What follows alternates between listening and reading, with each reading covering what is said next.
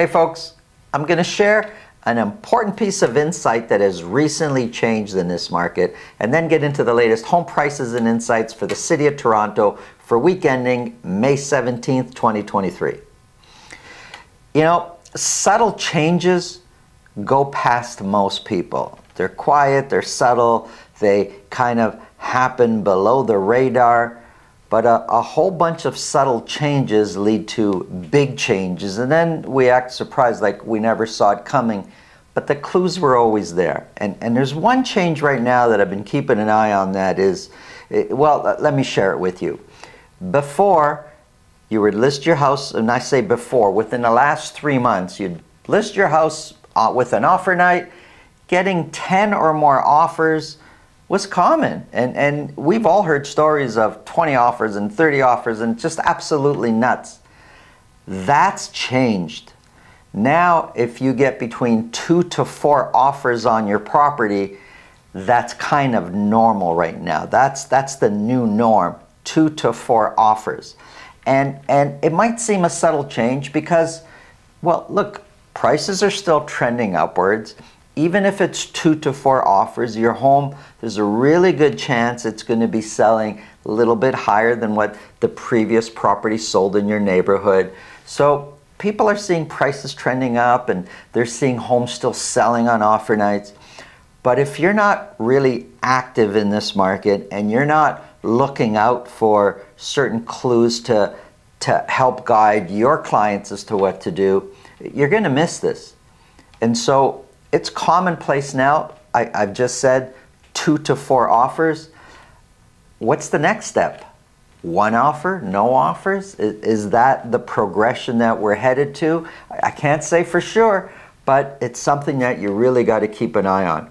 And this is so important to you if you're a seller, because you really need, the first time you go on the market, if choosing an offer night is your strategy or listing it more traditional is your strategy, you need to get it right the first time. It's crucial to get it right the first time.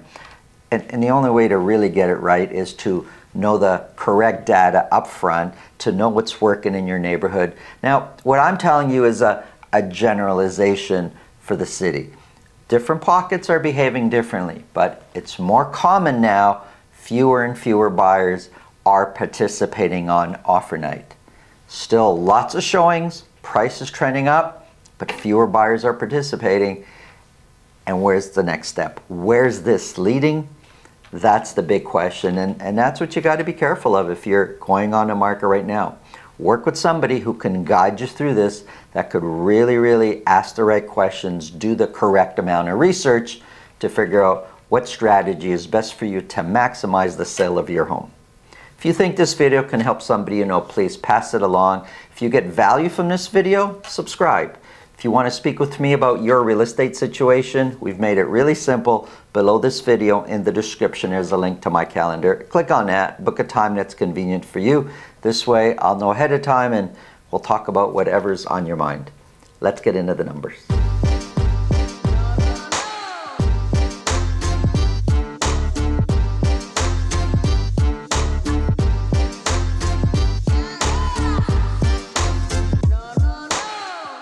Here we go, the Toronto real estate market. Here's a quick summary. These are average sold prices broken down by week. We've got condos down here, towns and semis, and detached up here. The price difference between condos, average sold price of $761, and detached of $1.9 million is $1,148,000. The price difference between condo and detached is growing. We're going to start off with the detached market. 217 detached properties were sold for week ending May 17th. Now 217 is down from the previous week, but still one of the highest, second highest week that we've had this whole year. 64 of those properties sold at $2 million or more, which is also down from the previous week. But average sold price still continues to climb. It's now sitting at $1,909,000, which is 8% lower than our peak pricing February last year. Compared to last year, however, 1,909,000, there's a 0% change from this year's price, average sold price, to last year's average sold price. In reality, 0 is a rounded number. All these percentages are rounded. It's actually up by 0.4%. The median price is down 3%. Median price is sitting at 1.5 million. But both average price and median price, if we look at the dotted line is a 4-week moving average. Both average and median prices have been trending upwards. That is absolutely clear. 217 were sold, very close to what we were selling last year.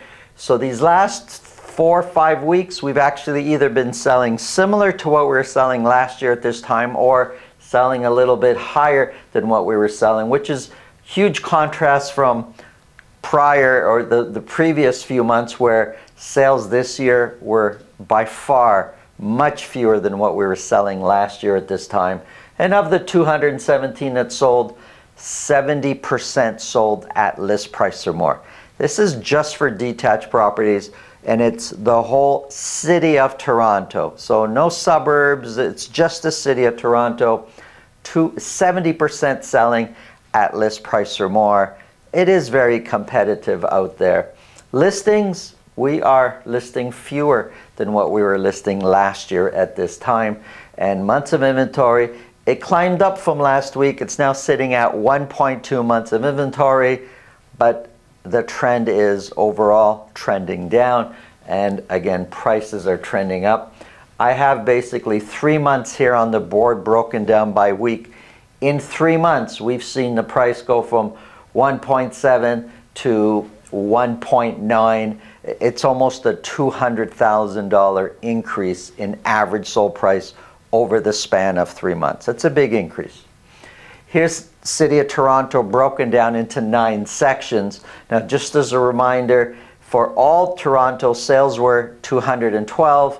Average sold price, a little over 1.9. Sold at list price or more was 70% of all detached sales.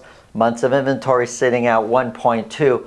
I just want to zero in on a few areas. High Park, Parkdale, 80% of the properties sold at list price or more. Scarborough, East York, it seems I'm talking a lot about Scarborough and East York. Well, between these two areas, that's 40% of all the sales in Toronto. Scarborough, East York take up a big percentage of the sales, 40%. 82% in Scarborough sold at list price or more. East York, 83% sold at list price or more. It's going to feel like all the listings you're competing on and are selling at list price or more. Months of inventory, 0.8, 0.7. York Mills, Rosedale area, the average sold price, $3.5 million is the average sold price in York Mills, Rosedale, and that's not based on 2 or 3 sales. 41 properties were sold there, 41 detached properties. Let's get into semis. 68 semi-detaches were sold. 26 of those were at $1.5 million or more. Average sold price climbed up a bit over the previous week, sitting at $1,412,000. $1,412,000 is 2% lower than where we were a year ago. The median price is 1% lower than where the median price was a year ago, and both median and average trending upwards. Months of inventory is staying steady at 0.7 months of inventory. This is extremely low. There is another, talking about subtle changes at the beginning, there's another subtle change I've done here that I didn't mention when I had the Toronto slide, but let me mention it here. I have moved the balanced market zone from, I had it before at 4 to 6 months. I now have it at 3 to 5 months. Just from history, we've seen it where we're sitting this low in months of inventory. The minute we start getting 2, 2.5, 3, it's very much a balanced market. So 4 to 6 months, the way it's normally widely accepted that that's a balanced market, I think we're in new times now, new attitudes, new thoughts. We know, because we're so used to it being so low, the minute properties start to sit a little bit longer, sellers start to lose their negotiating power. It becomes more of a balanced market. So I'm changing balanced market from 3 to 5 months, not 4 to 6 months. Townhouses, 26 townhouses were sold. 4 of those were at $1.5 million or more. Average sold price for townhouses, these are freehold townhouses, $1,283,000, which is 1% lower than where we were a year ago. The median price is 6% higher than where the median price was a year ago.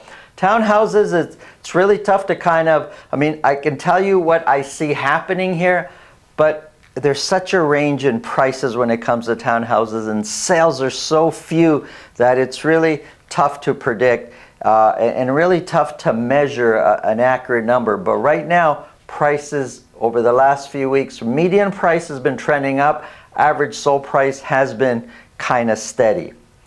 Months of inventory also very steady at 0.8 months of inventory. 69% of the townhouses sold at list price or more. Here's condos. 337 condos were sold. 38 of those were at $1 million or more. Average sold price came down quite a bit over the previous week, now sitting at $761,000. 761 is 9% lower than our peak pricing of March last year. 761 is also 3% lower than where the average sold price was a year ago, and the median price is 7% lower. Looking at the dotted line, the 4-week moving average, median price and average sold price for condos is behaving differently. They're both trending up, but median price is trending up a little bit more gradual. Average sold price is trending up a bit more aggressive versus the median price. 337 we said were sold. Half of those, 50%, sold at list price or more. Listings are down from the previous week, and months of inventory climbed up a little bit, sitting at 1.7 months of inventory. Average days on market for condos is 17. Here's a quick summary. Like I've said, I've changed because I see it in the market.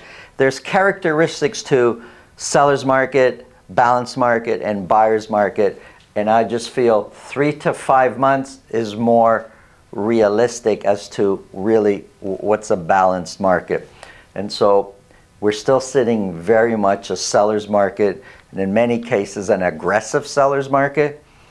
But things are changing out there. There's some subtle changes happening. It's important to keep an eye on those. You don't want to be the one that's caught on the wrong side. You don't want to be offside when the change fully happens and you're still using strategies that worked just a few weeks ago, may not be working today. Thanks for watching. Have a great day.